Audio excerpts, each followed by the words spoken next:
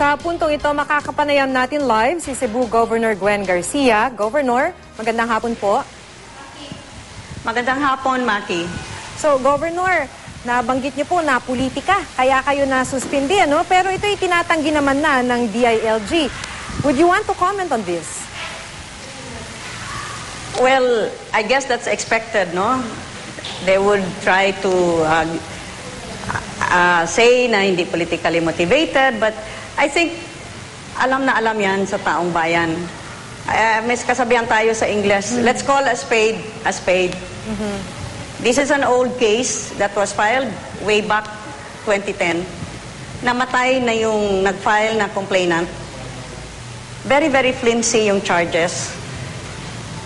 And yet, even after all arguments were heard and submitted for decision, they did not decide on this.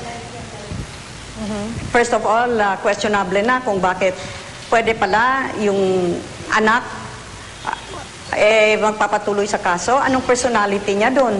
Oho, pero sa ngayon ngayon, biglang lumabas with 6 months left of my term at ngayong pang Pasko, pinalabas nila ito. Binigyan ako ng 6-month suspension, which is very, very grave. Matawag natin na masyado naman klase na penalty, which would effectively remove me from office. Kasi 6 months na lang ang natira. And what crime did I commit? I have not this is not about illegal activities, drugs, or illegal gambling. This is not about squandering public funds. Hindi naman ito crime involving moral turpitude. Opo. Wala naman akong iskandalong ginawa. Bigla na lang lumabas. Ngayon pang, by May, we will be having the 2013 elections. So, let's call a spade a spade. So, kanina po kasi naibalita, Governor, na sinasabi niyo daw po dun sa mga, of course, yung mga empleyado ng Kapitolyo na sa inyo pa rin mag-report. At huwag po dun sa nag-swear-in na kapalit ninyo habang kayo daw po ay suspindido. So, hindi kaya maapektuhan o magkakagulo sa mga transaksyon sa Kapitolyo? Well, as far as the executive department is concerned, all the department heads are one in agreement that I am the governor. I am the duly elected governor. I am still governor of Cebu. We questioned the manner by which the suspension order was served. It was not personal service. They may say na constructive service yon.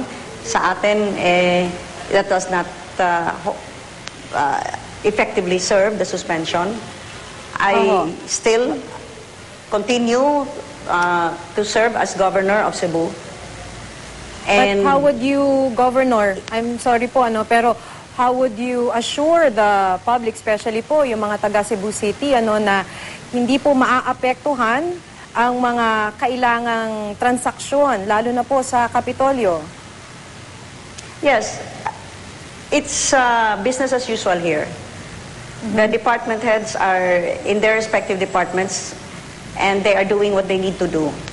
I have issued an executive order to clarify the situation, and so they are following that executive order. And so they will continue to serve the Cebuano public, the entire Cebu province. Okay, maraming salamat po, Cebu Governor Gwen Garcia. Samantala, sinusubukan pa po namin kunan ng pahayag si DILG Secretary Mar Rojas kaugnay ng mga pahayag ni Governor Gwen Garcia.